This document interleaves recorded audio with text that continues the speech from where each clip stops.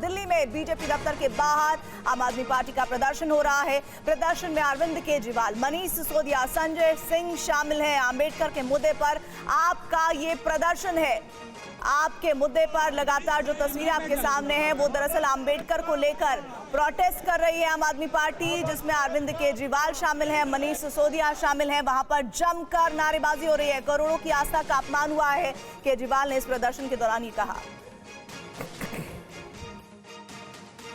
पहली चीज मैं अमित शाह जी को कहना चाहता हूं, देश के करोड़ों करोड़ों करोड़ों दलितों, गरीबों, कुचले हुए लोगों, पिछड़े लोगों, वंचितों, उनके लिए बाबा साहब अंबेडकर भगवान से कम नहीं है।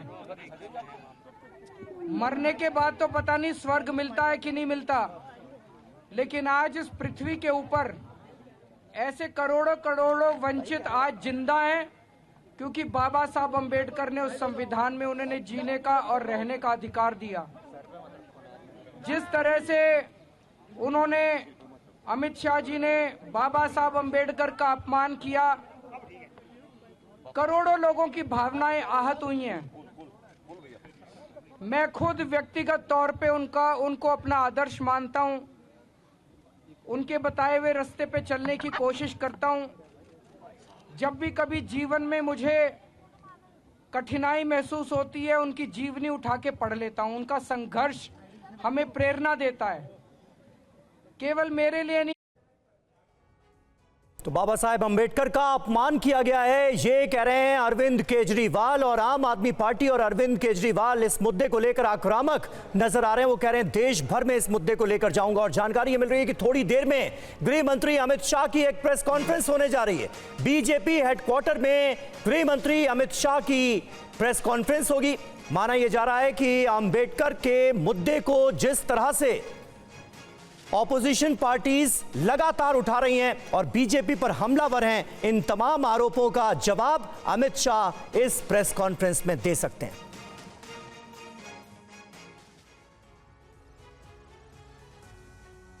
कुछ देर में अमित शाह की प्रेस कॉन्फ्रेंस हो सकती है। गृह मंत्री की इस प्रेस कॉन्फ्रेंस से पहले कांग्रेस पार्टी की तरफ से एक प्रेस कॉन्फ्रेंस हुई, जिसमें मल्लिकार्जुन खड़गे ने कहा कि अंबेडकर पर अमित शाह का जो बयान है वो दुर्भाग्यपूर्ण है। अमित शाह ने दलितों का अपमान किया है, कहा खड़गे ने। अंबेडकर पूरे देश में पूजनीय हैं। बीजेपी संविधान को नहीं मानती है, ये बड़ा आरोप भी लगाया। और बीजेपी के लोग मनुस्मृति को मानते हैं, ये अपनी प्रेस कॉन्फ्रेंस में कहा मल्लिकार्जुन खड़गे ने। ये दुर्भाग्य है हमारा देश का कि किसी भी एक दलित नायक को, व्यक्ति को, जो पूजनीय है सबके लिए, चाहे दलित होने दो, चाहे इस देश के कोई भी नागरिक हो, उनको इंसल्ट करने की मुझे ये मजबूरन कहना पड़ता है कि ये लोग संविधान को नहीं मानते। स्वर्ग और नर्क की जब बात करते हैं तो ये मनुस्मृति की बात करते हैं। इसमें ही लिखा है कि क्या क्या स्वर्ग है, क्या क्या कौन से जाति कहाँ जाएंगे, क्या पढ़े तो क्या हो जाएंगे। ये मानसिकता मोदी सरकार के कैबिनेट मिनिस्टर्स को और मोदी साहब को भी है। तो इस वक्त आप सुन रहे थे कांग्रेस पार्टी की तरफ से अमित शाह के खिलाफ ये प्रेस कॉन्फ्रेंस की गई, लेकिन उससे पहले अंबेडकर के मुद्दे पर प्रधानमंत्री नरेंद्र मोदी ने कांग्रेस पर बड़ा हमला बोला। पीएम मोदी ने सोशल मीडिया एक्स पर कांग्रेस पर कई आरोप लगाए। अंबेडकर के मुद्दे पर बीजेपी और कांग्रेस में आर पार की लड़ाई जारी है। इस मुद्दे पर प्रधानमंत्री नरेंद्र मोदी और अमित शाह की बैठक हुई।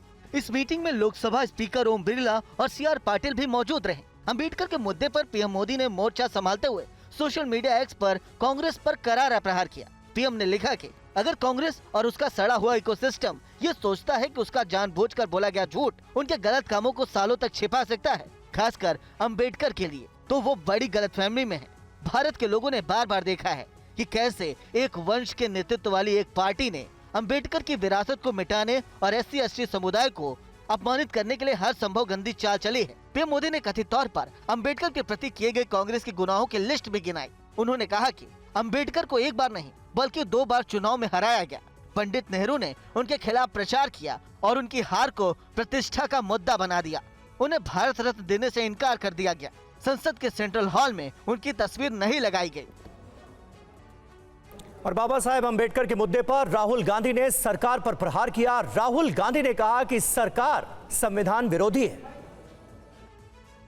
तोड़ मरोड़ कर आगे चल। बाबा साहेब अंबेडकर को लेकर अमित शाह के बयान पर सदन के अंदर और बाहर हंगामा जारी है। विपक्ष इस मुद्दे पर अमित शाह से माफी की मांग कर रहा है। विपक्ष ने शाह के बयान को अंबेडकर का अपमान बताया है। लोकसभा में विपक्ष के नेता राहुल गांधी ने हमला बोलते हुए कहा है कि सरकार संविधान विरोधी है। उन्होंने कहा कि बीजेपी अंबेडकर और उनकी विचारधारा के खिलाफ काम कर रही है।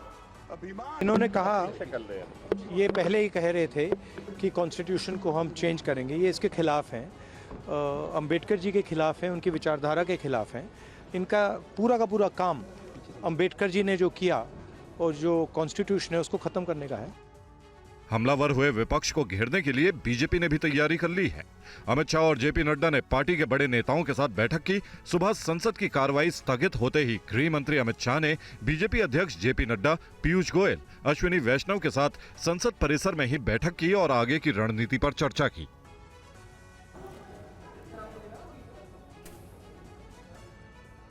भीमराव अंबेडकर के मुद्दे पर आज संसद के दोनों सदनों में विपक्ष ने हंगामा किया। विपक्षी सांसदों ने अमित शाह के बयान पर संसद परिसर में भी प्रदर्शन किया। जो कोशिश कर रहा मैं उसका खंडन करता हूं सर।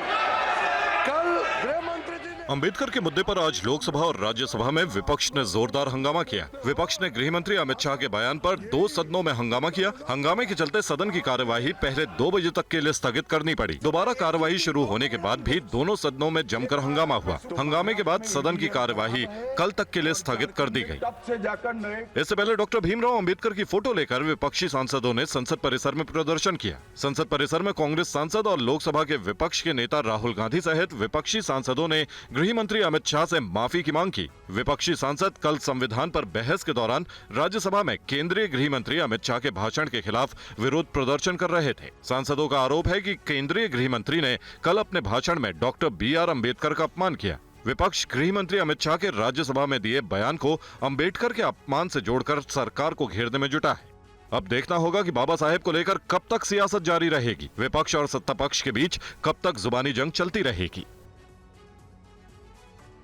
और विपक्ष के हंगामे पर राज्यसभा में जेपी नड्डा ने जवाब दिया। उन्होंने कहा कि कांग्रेस ने बाबा साहेब आंबेडकर को कभी सम्मान नहीं दिया।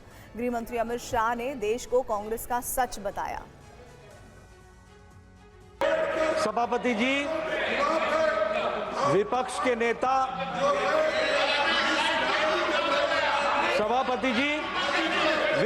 नेता श्री मल्लिकार्जुन खड़गे जी इस वक्तव्य को बोलकर सदन के माध्यम से देश को गुमराह कर रहे हैं और मिसलीड कर रहे हैं। गृह मंत्री जी का पूरा वक्तव्य इस बात पर था कि आपने जीते जी अंबेडकर जी का, बाबा साहब अंबेडकर भारत रत्न का हमेशा तिरस्कार किया, हमेशा उनको पीड़ित किया, चुनाव में हराने का काम किया और अंबेडकर जी जिंदा थे तो आपने कभी भी उनकी बात नहीं मानी। और आज इस मुद्दे पर संसदीय कार्य मंत्री किरेन रिजिजू ने भी एक प्रेस कॉन्फ्रेंस की और कहा कि गृह मंत्री के बयान का सिर्फ 11-12 सेकंड का वीडियो दिखाकर कांग्रेस देश को गुमराह कर रही है। 11-12 सेकंड का वीडियो क्लिप उतार करके पूरा वक्तव्य को हटा करके देश को गुमराह करने का जो कोशिश कर रहा मैं उसका खंडन करता हूं सर। कल गृह मंत्री जी ने बारीकी से कहा कि कांग्रेस पार्टी ने सबसे पहले बाबा साहब भीमराव अंबेडकर को मुंबई में और बाद में विदर्भ में षड्यंत्र तहत चुनाव में हराने का काम किया है। ये आज कांग्रेस पार्टी माफी मांगना चाहे देश को। भारतीय जनता पार्टी जाति के लिए बाबा साहब अम्बेडकर आराध्य है, बाबा साहब पूजनीय है, बाबा साहब भीमराव अम्बेडकर हमारे लिए वंदनीय है। आपका कहने से बाबा साहब के प्रति आपने जो घृणा पैदा किया, आपने जो इंसल्ट किया, अपमानित किया, वो पाप आप साफ नहीं कर सकते हैं। केंद्रीय मंत्री अर्जुन राम मेघवाल ने भी कांग्रेस को घेरा। कांग्रेस सांसद प्रमोद तिवारी ने कहा कि बीजेपी ने अंबेडकर जी के साथ पूरे देश का अपमान किया है। कांग्रेस पार्टी ने हमेशा बाबा साहब का अपमान किया है। जब बाबा साहब जिंदा थे तो उनका तिरस्कार किया है। इन्होंने तो कांग्रेस पार्टी ने तो अपने ऑफिस में बाबा साहब का फोटो लगाने के लिए भी मना कर दिया था। बाबा साहब के बाबा और दो बार चुनाव हराया लोकसभा का। ये तो बाबा साहब का अपमान करने वाले लोग हैं और हम बाबा साहब का सम्मान करने वाले लोग हैं।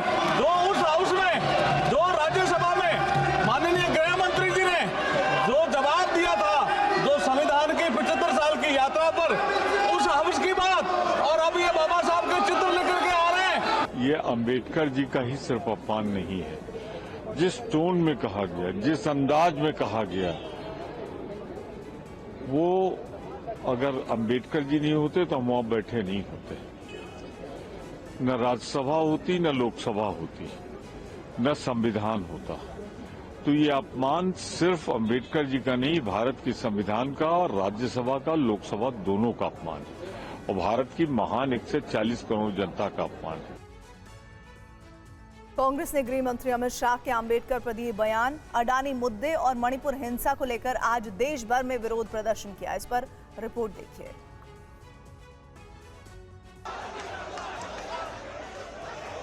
कांग्रेस के राजभवन चलो मार्च के दौरान असम के गुवाहाटी में कोहराम नजर आया। कांग्रेस कार्यकर्ताओं को रोकने के लिए आंसू गैस के गोले छोड़े गए। भोपाल में कांग्रेस नेताओं के साथ कार्यकर्ताओं ने विधानसभा मार्च किया और बीजेपी पर आरोप लगाया कि लोकतंत्र की आवाज दबाई जा रही है। 138 करोड़ लोगों के लिए डॉक्टर अंबेडकर ने वो जीवन दिया है जो जानवरों का जीवन था। साक्षात पशु पुक्ष विषाण हीना, साक्षात पशु थे, सींग और पूंछ नहीं थी, उनको इंसान बनाया। संविधान में लिखा भी है कि आज से हम जानवर नहीं, one man one vote one value, सभी बराबर हैं। भारतीय जनता पार्टी इस बराबरी के कानून को पसंद नहीं करती है, इसलिए भारतीय जनता पार्टी उस कानून को ही खत्म करने की घोषणा कर चुकी है।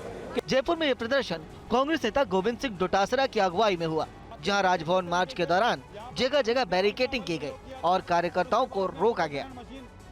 कांग्रेस कार्यकर्ताओं ने बिहार के पटना में भी प्रदर्शन किया। जम्मू कश्मीर के श्रीनगर में कांग्रेस कार्यकर्ताओं ने राजभवन मार्च किया।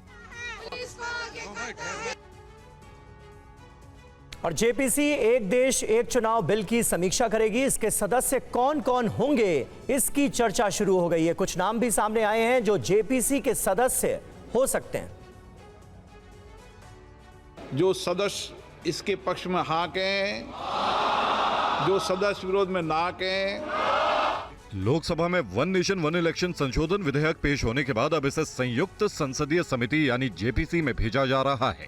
लोकसभा के स्पीकर अब जेपीसी का गठन करेंगे, जिसे देखते हुए जेपीसी के संभावित सदस्यों के नाम सामने आ रहे हैं।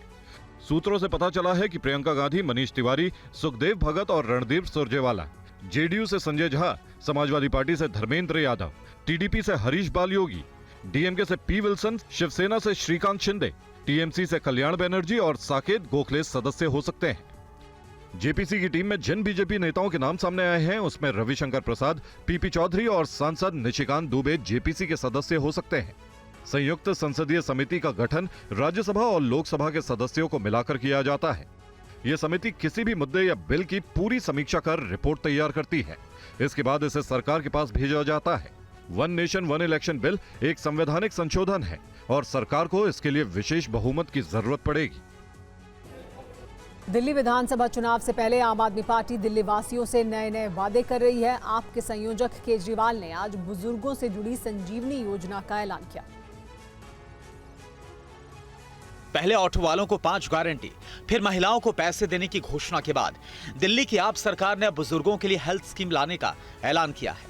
आप संयोजक अरविंद केजरीवाल ने बताया कि इस स्कीम को संजीवनी स्वास्थ्य योजना का नाम दिया गया है, जिसके अंतर्गत दिल्ली में संजीवनी योजना लागू होगी। 60 साल के ऊपर के बुजुर्गों को इसका लाभ मिलेगा। बुजुर्गों का मुफ्त इलाज होगा। इलाज के खर्च की कोई सीमा नहीं होगी और बहुत जल्द योजना को लेकर घर घर रजिस्ट्रेशन होगा। अरविंद केजरीवाल ने वादा किया है कि दिल्ली में आपकी सरकार बनते ही इस योजना को लागू कर दिया जाएगा। दिल्ली के बुजुर्गों के लिए मैं संजीवनी योजना का ऐलान करने जा रहा हूं कि 60 साल से ऊपर के हमारे जितने बुजुर्ग हैं, उन बुजुर्गों का पूरा इलाज फ्री करवाया जाएगा। इसकी चुनाव के बाद हम योजना लेके आएंगे, योजना पारित करेंगे। वो चाहे सरकारी अस्पताल में इलाज कराना चाहें, चाहे प्राइवेट अस्पताल में इलाज कराना चाहें, उनका पूरा इलाज फ्री कराया जाएगा। मोदी सरकार ने बैंकिंग सेक्टर में सुधार के लिए लगातार कदम उठाए, जिसने सार्वजनिक क्षेत्र के बैंकों का कायापलट कर दिया है। 2014 में एनपीए यानी डूबा हुआ कर्ज बहुत बड़ी समस्या थी, जिस पर काबू काफी हद तक पा लिया गया है। इसी पर यह रिपोर्ट देखिए। 2014 से 2023 के बीच बैंकों ने 10 लाख करोड़ से ज्यादा का डूबा कर्ज वसूल किया, जो किसी वक्त बड़ी चुनौती माना जाता था। 2015 से मोदी सरकार ने एनपीए काबू करने के लिए 4R रणनीति अपनाई है: रिकॉग्निशन, रिकैपिटलाइजेशन, रिजोल्यूशन, रिफॉर्म। वित्त मंत्रालय के मुताबिक सितंबर 2024 में पब्लिक सेक्टर बैंक्स का एनपीए 3.12% हो गया, जो कि एक दशक में सबसे कम है। मार्च 2018 में पब्लिक सेक्टर बैंक का एनपीए 14.98% था। एससीबी यानी अनुसूचित वाणिज्यिक बैंकों का कुल नॉन परफॉर्मिंग एसेट जून 2024 में 2.67% हो गया, जो मार्च 2018 में 11.18% था। 2023-24 में पब्लिक सेक्टर बैंक्स ने 1.41 लाख करोड़ का शुद्ध मुनाफा कमाया। 2022-23 में ये 1.05 लाख करोड़ था, जबकि 2024 के शुरुआती 6 महीने में शुद्ध लाभ 0.86 लाख करोड़ था। पिछले 3 साल में पब्लिक सेक्टर बैंक ने 61,964 करोड़ का डिविडेंड दिया है।